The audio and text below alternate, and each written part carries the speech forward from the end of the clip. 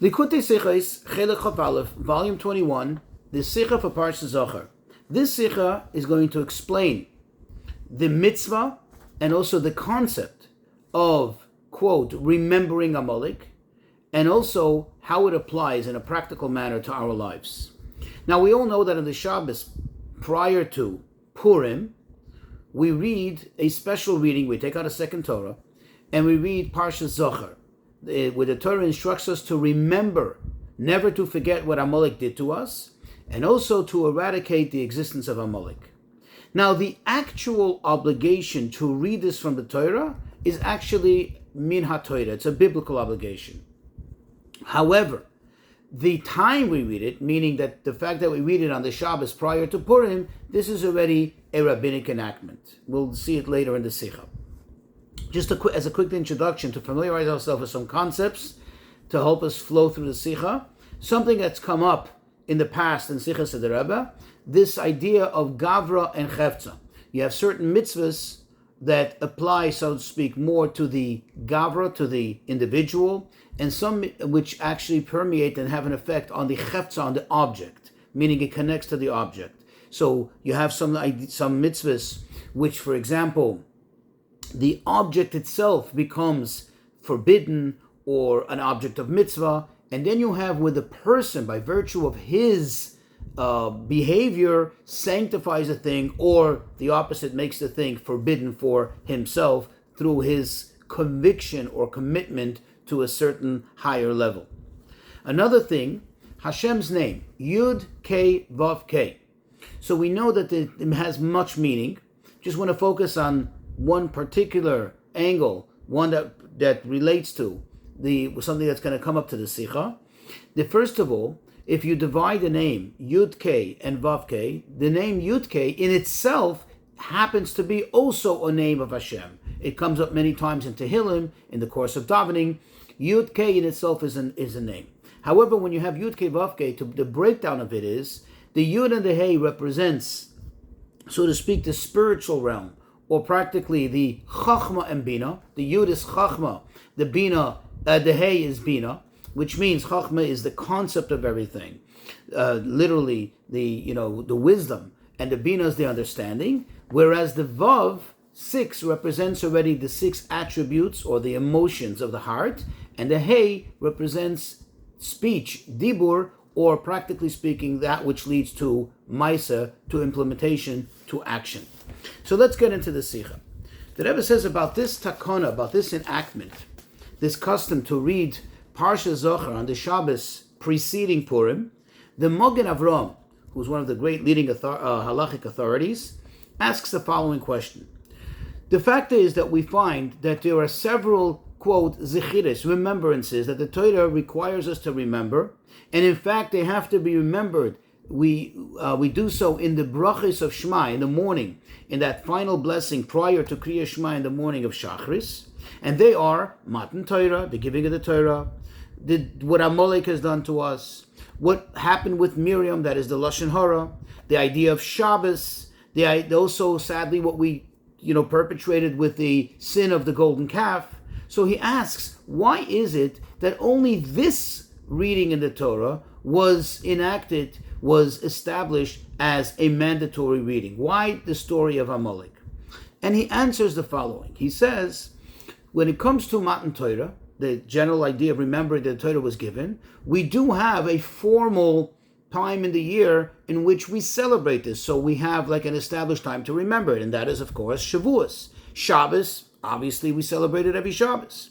And the other two, which is the story of Miriam and the story of the golden calf, that they did not want to establish a formal reading because they somewhat depict negatively, and it has an unfavorable image for the Jewish people. And therefore we left only with Amalek. That's the way the Rabbi Avrohom explains it. However, the Rebbe takes issue with this. He says it doesn't suffice. Why?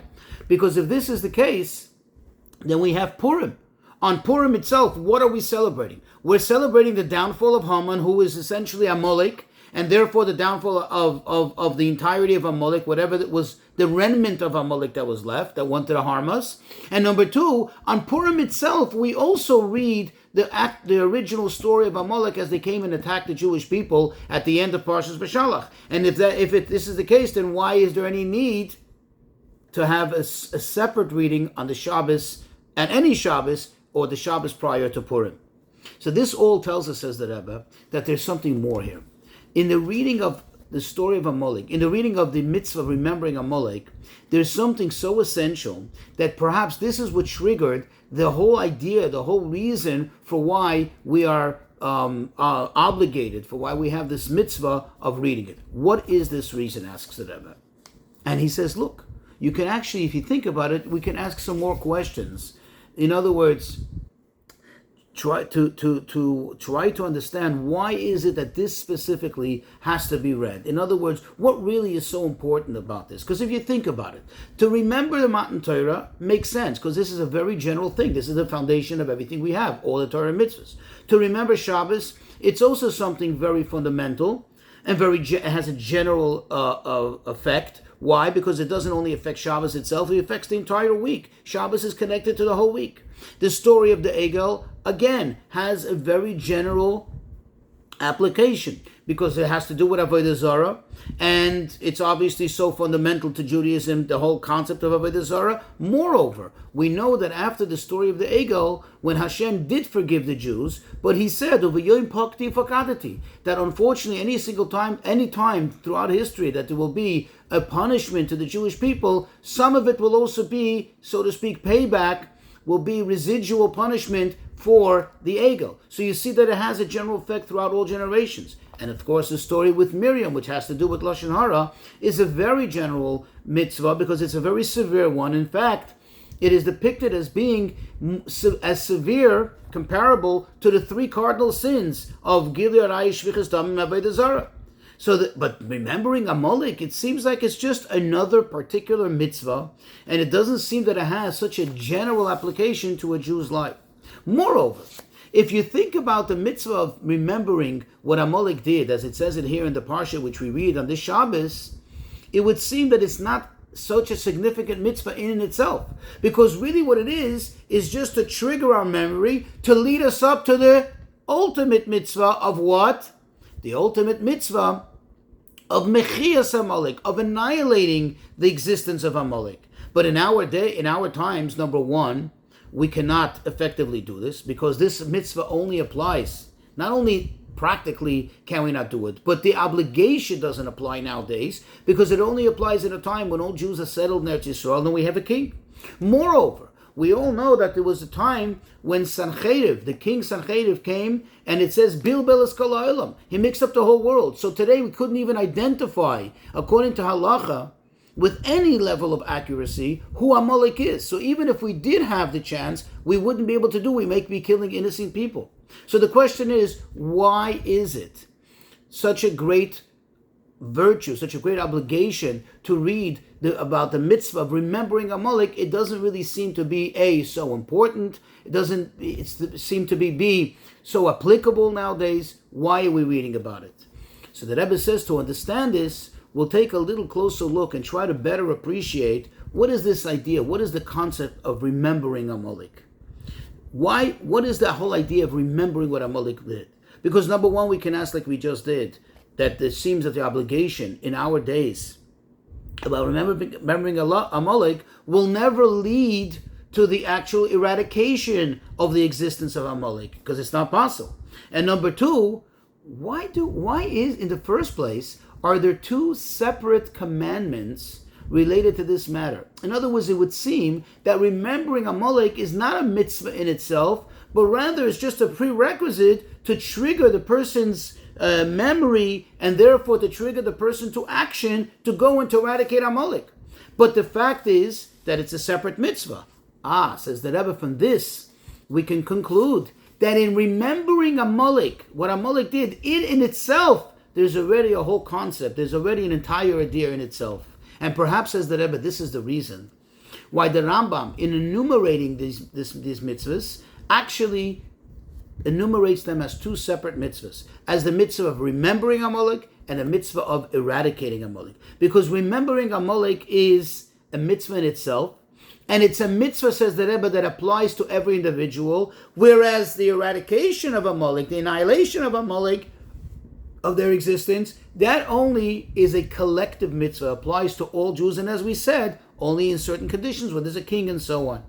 So we see that this is such an important thing that it applies to every single individual. Every single individual, as that individual is obligated to keep the Torah. In other words, this has to lead us to conclude that the idea of remembering what Amalek did is so general that it applies to every aspect of a Jew's connection to the Torah. And as we mentioned before, the other remembrances are very, very general things that apply to the general life of a Jew as it connects to Torah. And the Rebbe explains, what is it about Amalek that is so bad? So we know the Gemara in Avodah Zarah says that Amalek is Yodeya es Riboinoi u'mechaven libred boy. Amalek, quote, knows his master. He means he knows the master of the world. He knows Hashem, but he has intention to rebel against him. In other words, this is an intentional thing. It's not something that's done out of lack of knowledge, out of lack of awareness. He's aware of Hashem. He's aware of what Hashem is, but yet he chooses deliberately to go against Hashem.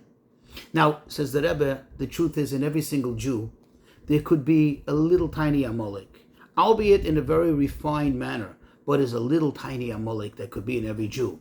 In other words, the Jew is fully aware and is cognizant of the fact that Hashem is in charge, there's this Torah, mitzvahs, and so on and so forth, but yet a little tiny Amalek could be brewing somewhere inside the person. And this is the mitzvah, to remember, to recognize, to identify the Amalek aspect that's in us, and this will cause us not to fall into it, not to fall victim to it. And moreover, this in itself, by remembering, by being aware, by being cognizant of it, will also affect the eradication of Amalek in ourselves. By not allowing us to act on it, that is, in effect, the annihilation of Amalek that's in ourselves.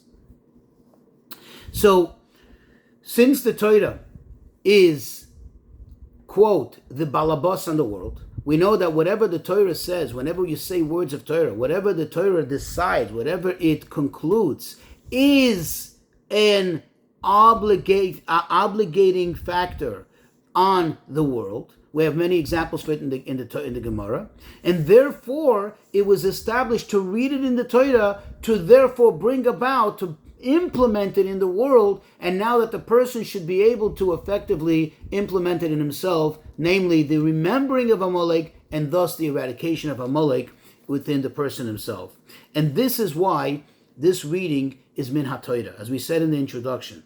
It's true that the Gemara says, in Avodah Zarah, the Gemara says that that to me the words of the rabbis, meaning the words of the Chachamim, are sweeter to me, meaning they're more choicier to me. They feel so much more special, even more than the words of Torah. That is true, and the Rebbe will explain in a moment why. However, Lipoyel Mamish means in actuality, down to earth, the effect when something is an obligation in HaTorah, the effect of it is much stronger and more severe. Because a mitzvah of a Torah affects the world, so to speak, the cheftza, the object of the world. When something is min HaTorah, it means, so to speak, that it's non-negotiable. There's no discussion. The Torah makes it asur, the Torah makes it forbidden. So the thing itself, the object itself, is an object of isur, an object which is untouchable. There's nothing to negotiate. Whereas if something is the Rabbanon, the real effect of a mitzvah the Rabbanon is more, so to speak, on the gavra, on the person, so to speak. And the idea behind it is that the person, as a servant of Hashem, chooses to do more for the master. The person, so to speak, chooses to be more devoted, to be more dedicated by going the extra mile. And that's what makes it so much sweeter, as we said, the saying from Chazal. But it doesn't mean that it in itself becomes an object with full power, like something which is asur min haTorah, or in this case is a mitzvah min haTorah. When it's a mitzvah min haTorah, the effect of it is much stronger than when it's a mitzvah d'Rabbanan. Another point. When something is a mitzvah d'oraisa, when something is a mitzvah min haTorah, sometimes it's not so noticeable, it's not so obvious, or at least overtly, that the person is doing it exclusively for Hashem. In other words, it could be that the person is doing it to affect the results. Since Torah gives results, since whatever the Torah says or does, decides, has an effect on the world, so it could be, at least to what meets the eye, that the person is doing it to affect the world. Whereas when one is doing a mitzvah d'Rabbanan, this in itself is an indicator that all the person is doing is trying to please Hashem. In other words, it's exclusively just to do something to bring more service to Hashem. That's why the words of the Chachamim, as we said before, the mitzvahs d'Rabbanan are, quote, sweeter. But in actuality, again, the effect of the mitzvah is much more powerful, much more decisive, and much more conclusive when it is something that comes min haTorah. And therefore we read this parsha, the Shabbos prior to Purim. Because since it's min haTorah, it gives us the ability to affect us, the world, and the person. That means the world as a collective. In general, the idea of remembering Amalek, and specifically, as we explained in the Sichos, it gives the person the necessary power and potential to be able to overcome the Amalek that's within us.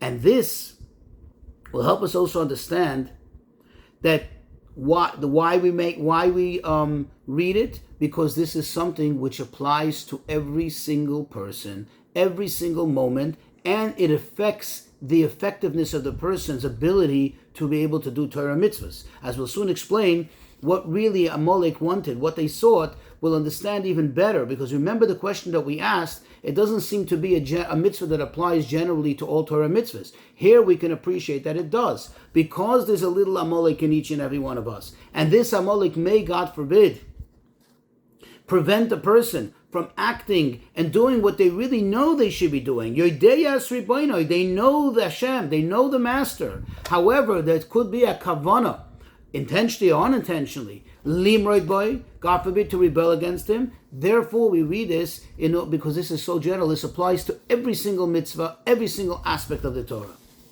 Where do we see this? At the end of Parshas B'Shalach, in that reading which we read on Purim itself, over there it says that Hashem swears, and he says, Ki yod al keis ka, milcham al Hashem ba'amalek dor. That ki yod al keis ka, the Chazal, and this is a war what Hashem has with Amalek throughout all generations. And the Chazal tell us, if you look at the word case, it says ein hakisei shalim. It doesn't say kisei, the throne, the seat literally, but it says case. It's missing the aleph, so it's incomplete. And ki yod al keis ka, Ka is Yud-Kei, which is only a partial name of Hashem, right? So the Chazal tell us, Ve'ein Hashem Shalem. The name of Hashem is not complete until Amalek is totally eradicated. But if you think about it for one second, it seems that Amalek is only opposing, so to speak, the completion of Hashem's name, not the entirety of the name. And it doesn't say that he totally opposes Hashem's name. He only opposes half of Hashem's name. Moreover, as we said in the introduction, Yud-Kei in itself is a complete name, and it seems that the pasuk itself is admitting that Amalek doesn't oppose to it. So what then is Amalek's issue? In other words, what is so severe about it? What is really the big matter here? The answer is Amalek's opposition. Amalek's problem is with the Maaseh B'Poyel, actual implementation of Torah mitzvahs. In other words, he is not so much opposed to the wisdom, to the understanding of Torah. On the contrary, that he can agree with, that he can feel like is a very, very good thing, at least culturally. What he has a problem with is to actually bring it down to machshava dibar ma'aseh, to thought, to speech, and then to action, into actual implementation of Torah mitzvahs. And in other words, he has a problem with the vav and the hey. bringing it down into the person's emotions, into thought and speech, and then bringing it down into the speech and action. That's where he has a problem with. He doesn't have a problem so much with the Yud K, with the spiritual aspect of it, even with the intellectual aspect of it. And this is what each person has to be very careful in. Here's where we have to be focused, at least in a very refined manner. There's many times when we understand that we have to do the Torah mitzvahs, that we understand that it's the correct thing to do, but for whatever reason we lack the tenacity, we lack the energy to have the Kabbalah's oil to go ahead and do what we have to do.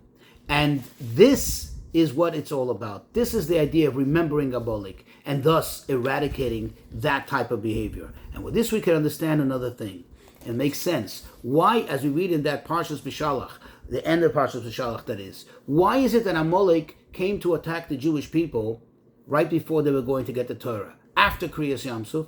Because he realized they're going to get the Torah. What does Matan Torah do? What the Torah did was, it took the spiritual realm and brought it down and connected it to this lowly world. So it connected the higher ups with the lower down. Meaning, it now brought about the ability to bring Torah mitzvahs into actuality, into implementation. That's precisely what Amalek had a problem with, and that's why he came and attacked. He didn't have a problem when the Torah was up there. Like the angel said, let the Torah stay up there. That was fine with him, and he could appreciate that. But once he realized they're getting closer and closer to Har Sinai, and now Hashem will bring back down the Torah can now come down here and permeate the Mata, this lower world, and now they're going to actually implement it in the world. That's where he had a problem.